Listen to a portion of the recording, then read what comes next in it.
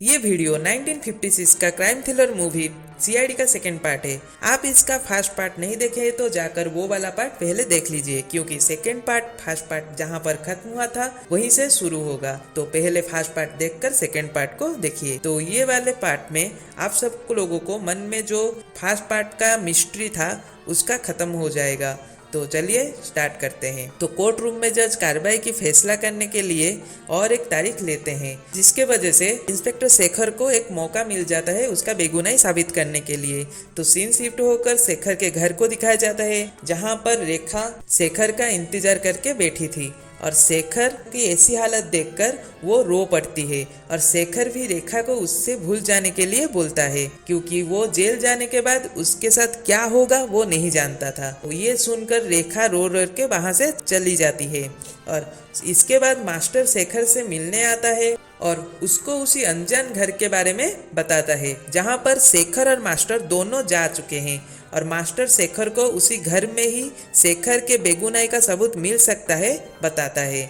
उसके बाद वाले सीन में शेखर जेल से फरार हो जाता है। जब ये बात धर्मदास को पता चलता है, वो अपने गुंडे को शेखर के पीछे लगा देता है और कामिनी को सावधान कर देता है कि शेखर उसके घर को कैसे ही ढूंढ के आ सकता है। इसके बाद वाले सीन में शेखर और पुलिस के बीच में भागम भाग चलता रहता है, पर धर्मदास के गुंडे शेखर को देखकर उसके ऊपर गोली चला देते हैं।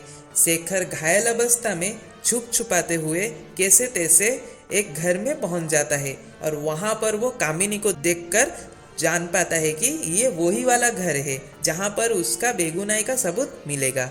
कामिनी शेखर को देखकर चौंक जाती है और जब वो शेखर को मारने वाली होती है, वो शेखर के पेट में गोली देखकर शेखर को लेकर उसके मरहम पट्टी करती है। जब शेखर का होश आता है तब कामिनी उसको यहाँ से चले जाने के लिए बोलती है, पर शेखर नहीं जाता है।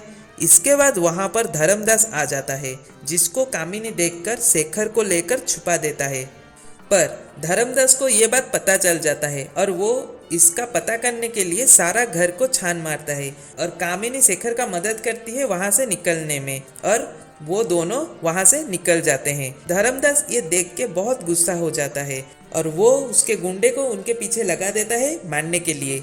पर शेखर और कामिनी जब छुपते हुए पुलिस स्टेशन में पहुंच जाते हैं, वहीं पर धर्मदास के गुंडे उनको देखकर गोली मार देते हैं और गोली जाकर सीधा कामिनी के पिट्ठी पर लगता है। इसके बाद सीन शिफ्ट होकर कामिनी को हॉस्पिटल में इलाज करते हुए दिखाया जाता है, जहां पर शेखर और एसपी दोनों मिलके मर्डरर को पकड़ने के लिए एक प्लान बनाते हैं, जिसमें वो न्यूज़पेपर में ये न्यूज़ डालते हैं कि जब कामिनी का हालत धीरे धीरे करके सुधर रहा है। पर ये बात जब धर्मदास को पता चलता है, वो जाता है हॉस्पिटल को कामिनी को मारने के लिए। पर इसके पहले शेखर कामिनी के वार्ड को चेंज करके वो और एसपी दोनों उसी वार्ड में रहते हैं मर्डरर के इंतजार में। पर जब धर्मदास आता है कामिनी के वार्ड को ढूंढ ढूंढ के, वो अनजाने में कामिनी का चेंज वाला वार्ड देख लेता है। पर शेखर और एसपी दूसरे वार्ड में धर्मदास का इंतजार कर रहे थे। तभी शेखर और एसपी जब देखते हैं कि मर्डरर को आने का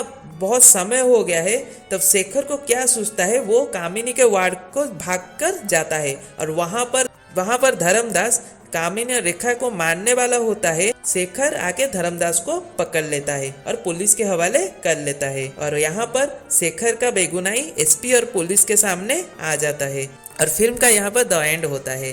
तो इस फिल्म का सभी गाने सुपर डुपर हिट हुआ था। मैं फिल्म के सभी गाने का लिंक डिस्क्रिप्शन में दे दिया हूँ, आप क्लिक करके वहाँ पर देख सकते हैं। ये वाला वीडियो आप लोग को कैसा लगा आप मुझे कमेंट करके बताइए और वीडियो को लाइक करिए, शेयर करिए और सब्सक्राइब करिए इसी तरह ओल्ड मूवीज का एक्सप्लेनेशन पाने के लिए। और मेरा इंस्टाग्राम आईडी का लिंक डिस्क्रिप्शन और अबाउट में है, जाके फॉलो करिए। तो आपको कुछ ओल्ड फिल्म अच्छा लगता हो और उसका एक्सप्लेनेशन सुनने के लिए आप चाहते हो तो मुझे कमेंट बॉक्स में सजेस्ट करिए। तो रहता हूँ, फिर मिलते हैं।